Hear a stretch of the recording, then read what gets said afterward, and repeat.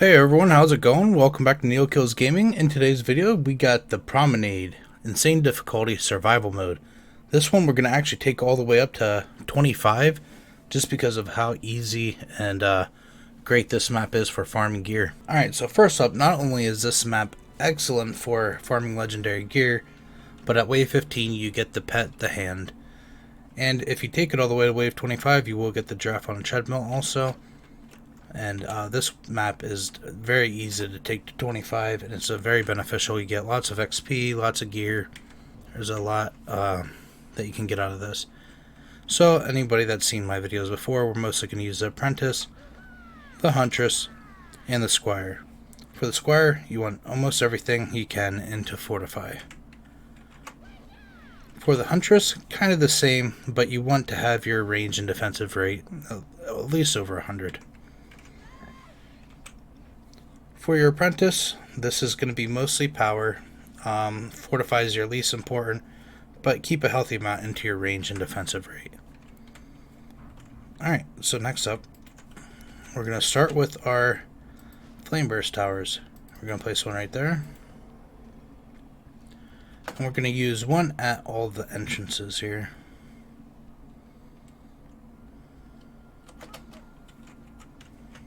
Nope.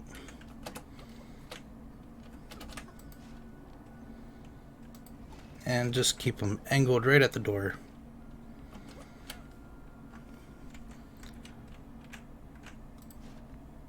Same thing here. And just so that way I don't have to run back around, we're going to switch to our Squire already. And we're going to place our spike blockades as well. Just like that for that one.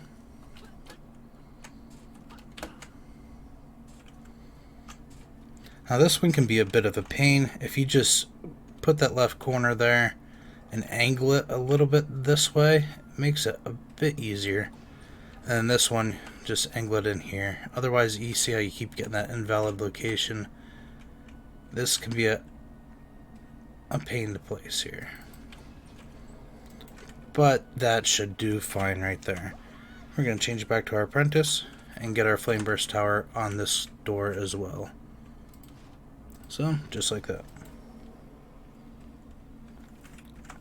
And since I skipped this one earlier, we have to do this one as well. Now for this, I normally keep them back here because, again, if you try to place them up here, it gets to be a pain trying to fit two of them in. That invalid location pops up everywhere you don't want it to. Alright, that will work just fine. And that's all of our mana. So just keep in mind that anything that has a fire resistance, you will have to kill yourself. Especially on this door right here, since we let this one open. But the spike blockades will kill some of them, as long as it's not an archer. But the flame burst towers will not kill anything that has a fire resistant. Like this archer all the way over here on the end.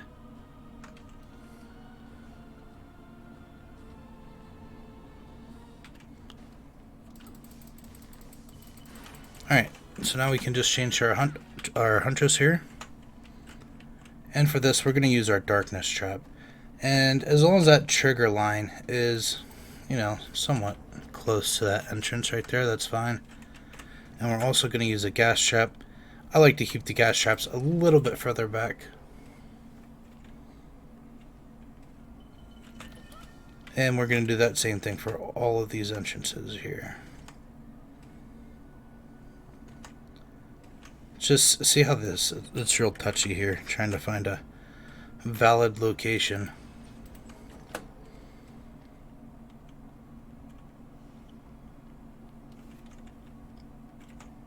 And then once all this is done, we'll place whatever we can left in Flame Burst Towers.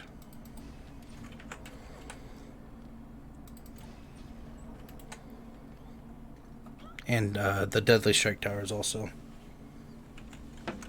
And I forgot, we didn't even set our blockades here. And for this one, I mostly just use this line here as a guide. because if you keep them pretty tight together, you can fit all three in pretty easily.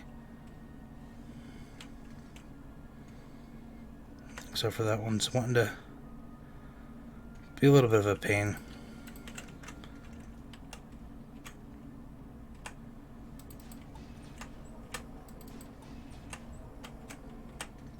There we go.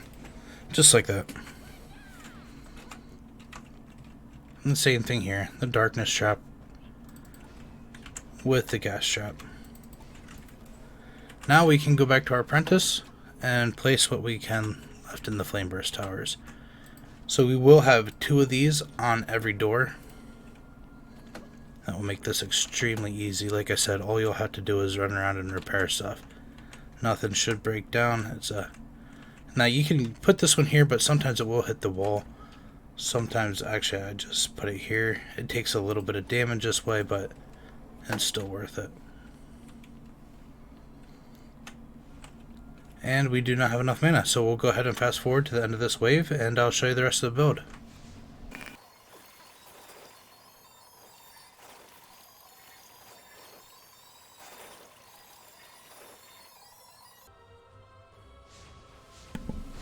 Alright, there's the end of that wave. Now what I do is I place one right here and keep that angled onto the doorway as well.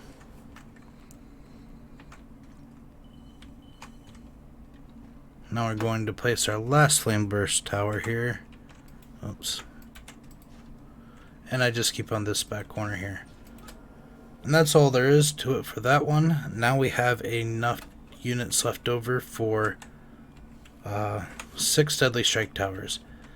And we're going to have 3 right here, and you want them to cover both angles. So both these doors here, just want to make sure you can hit the ogres on both the left and everything on the right side as well.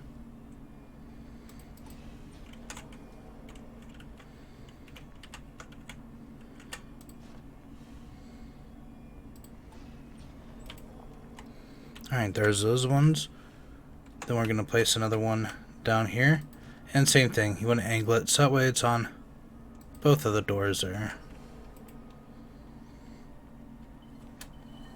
Collect the rest of this. And then I also place one right here, as far back on this as you can, and do the same thing. Angle it as best as you can to cover as much as you can. And then let's see if we can get enough for our last one here. Looks like we're going to be just short, so after this wave I'll show you where we place that last one.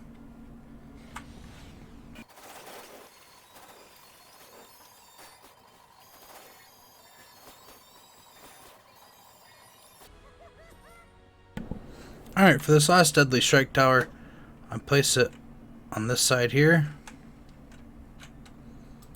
And I angle it, like again, as best you can to hit both doorways. And that's all there is to it. Go ahead and upgrade your traps and repair them as needed.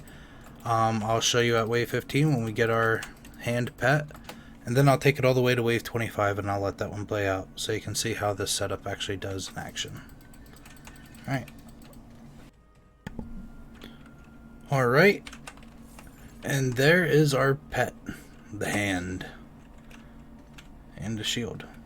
But, alright, now we'll go ahead and fast forward to wave 25.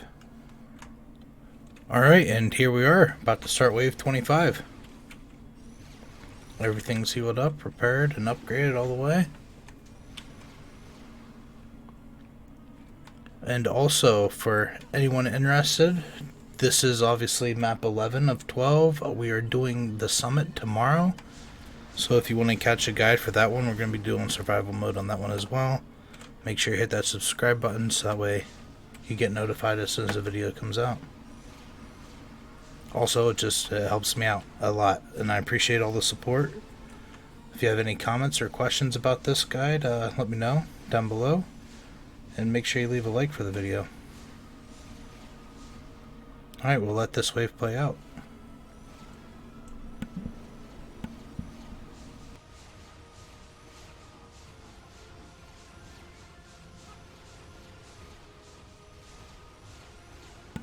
Oh, also one other thing. I did want to point out that I did mess up. I actually normally I put the Deadly Strike Tower on this one instead of this one. I don't know what I was thinking. So we'll go ahead and fix that real quick since we have a ton of mana. But it's still the same thing. It's more likely to hit the ogres that way then. Because the ogres are closer to it that way then. So I'll just place it right about there. Not that it really matters now, it's already wave 25. But just for a heads up.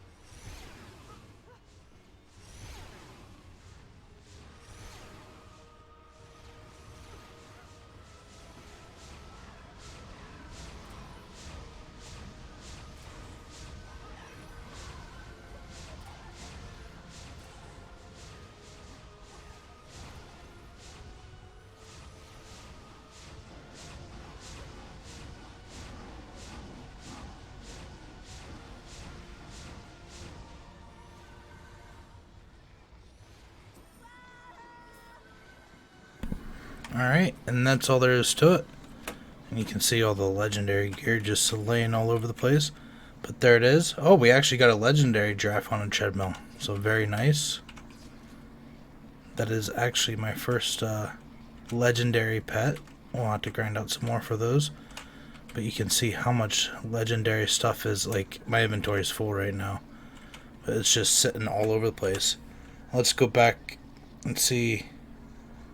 That's where I picked up the hand. And look at all the legendary stuff I've picked up since then. It's crazy. So if you want to farm for gear, definitely run this map. Just because of how easy it is, how AFK it is. You can see how much stuff is just all over the place. Especially once you start getting up to this wave. And I was doing this map like very AFK like. As you can see, we got 3.3 million XP and still under an hour and a half. You could probably easily get this down to an hour if you're, paying attention the entire time and keeping up with it. But obviously, to pass some time, I was watching some videos and, just being very AFK. But there you have it. That's all there is to it. Again, if you want to see the guide on the summit tomorrow, make sure you hit that subscribe button. That will be coming out tomorrow. Thanks everyone for watching, and hope this helped you. Until next time, everyone.